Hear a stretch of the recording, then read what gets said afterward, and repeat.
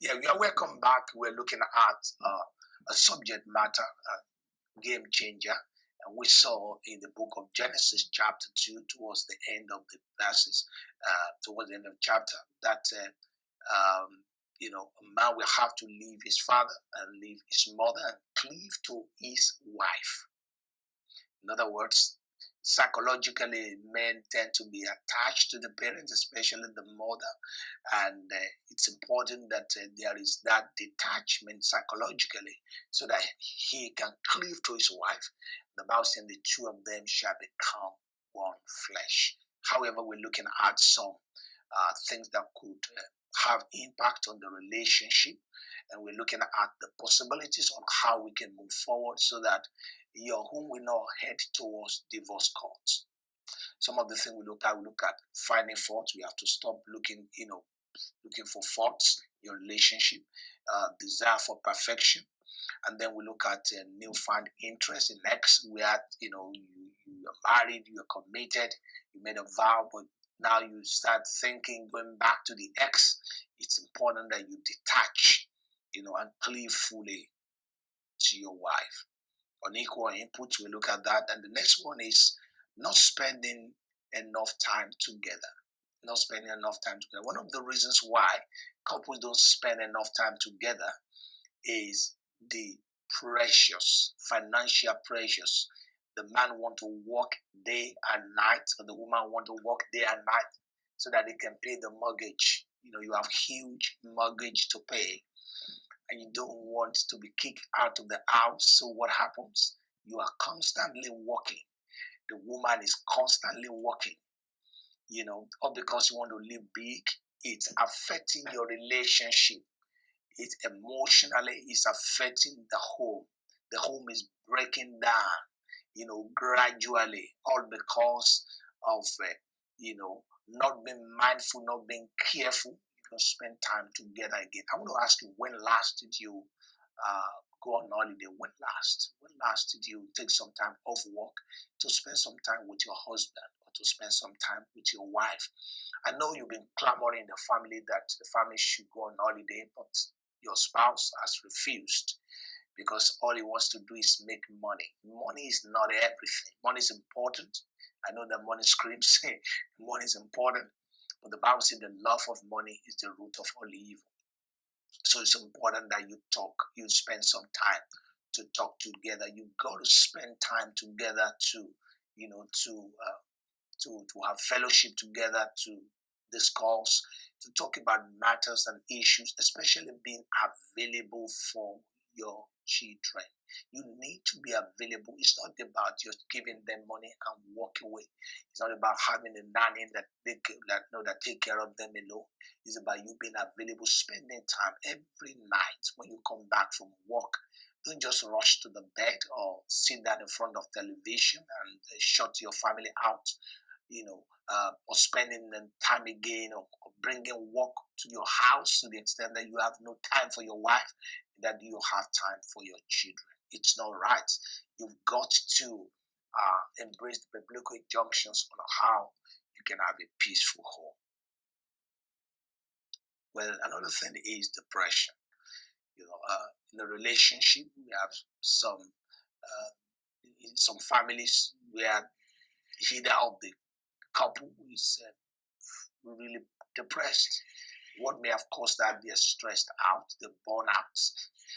They're so depressed, probably because the man is not available, the woman is not available, or probably the children are wayward, or probably the load of work, probably the demands, the expectations at work. And this thing makes the man or the woman to be depressed, and that is having negative effect on the relationship, because the man or the woman snaps, and constantly at all times are trying to be nasty. It's so important that you get rid of all that. It's so important that you seek help, seek professional help. We are necessary. You got to see your doctor, and then prayerfully as well seek the face of God. But more importantly, don't just attack the effects of what you're experiencing, but please do go to the root, the main cause of what you're going through, which is the depression. I believe it's not the will of God for you to be depressed. Another point I want to talk about is addiction. In some families, either the man or the woman addicted, some addicted. It could be tobacco, it could be substance, uh, it could be alcohol, it could be something else. They are so addicted, and it's taking time. It's taking time off enjoying your relationship. You don't have time because of this addiction. You've got to divorce it. You've got to speak to yourself and get real, get disciplined, and get out of this. Another thing I want to talk about is lack of communication. You've got to talk, in a relationship. The key is, of course, we start from communion. There has to be, you started from communion by getting married, by exchanging vows. That's the communion brought you to that point. But in order to hold your relationship, you've got to talk. You've got to communicate. You've got to talk to each other. Don't sweep issues under the carpet. You've got to talk about issues. You must understand. You can get angry. Anger is never a sin. It is the effect of anger if it's not controlled or checked. It's an emotion. If it's not checked, it can be very devastating. The consequence can be very devastating. But you need to talk. And when you communicate, you got to communicate, with each other. You got to talk to your husband or talk to your wife. Don't talk at your wife. Don't talk at your husband. You got to talk to each other. You got to behave as sensible adults. You know that you are an adult. Stop yelling, stop shouting, stop raising your voice in the house. Stop behaving like a gorilla. Stop behaving like a tiger in the house. It's so important that you check your emotions, check your anger, check your outbursts. You got to talk. You got to talk about issues. You can't keep mute. You can't keep malice continuously, because guess what? Your prayer might be answered. Your prayer might be hindered. Your prayer might be hindered if you keep keeping grudges, if you keep mistreating your wife. The Bible says in 1 Peter chapter 3, the Bible says, you have to deal with your wife with understanding. Otherwise, your prayers will be hindered. You don't want your prayers to be hindered. So you got to communicate. You got to talk. Very important. Another one, it's, the husband is not making any contribution at all in the house. He's not making no contribution. When it comes to going to the kitchen, you expect the woman to spend all her time in the kitchen. She went to work. She came tired. You went to work. You came tired. And while you are resting in the living room, while you are resting and, probably sleeping, spending some time to rest, the woman was living in the kitchen, cooking. What effort are you making to support what she does? I spend a lot of time in the kitchen with my wife. Sometimes I tell my wife, just chill in the living room. Let me treat you. Let me just, look after you.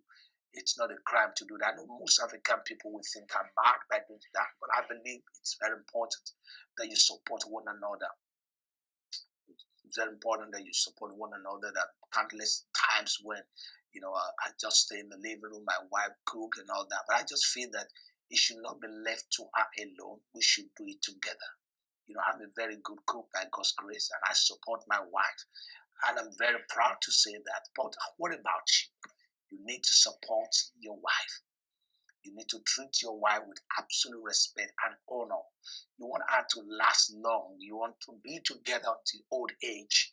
Don't misuse your wife. Don't misuse your wife. Another point I want to talk about is phone secrets. You know how secretive you are. As a man, as a woman, your wife cannot touch your phone. Your wife cannot check. You cannot check your messages. When you are going to toilet, you take your phone with you. You got to change. When you are sleeping, you put your phone under your pillow. That's not right. That's not right. Or your husband cannot check your phone. You become so mad. Agitated. Why? What are you hiding? Why are you secretive? You've got to be open. That will help your relationship. It will make you to live well. It brings sanity into your relationship. Very important. Another thing is losing passion. When you were courting, when you first each other, you know how you love each other, you do things together, you go to cinema and all that, and everything work out well. Where is the passion in your relationship today? Where's the passion in your relationship? You've got to check yourself again. Where is that passion? Where has it gone to? Where is the drive? Where is the attraction? Where has it gone to? Where has it gone to? The Bible said the man leave the house, leave the father, leave the mother, cleave to his wife, the two of them shall be one. You're meant to be one. I'll see you next week.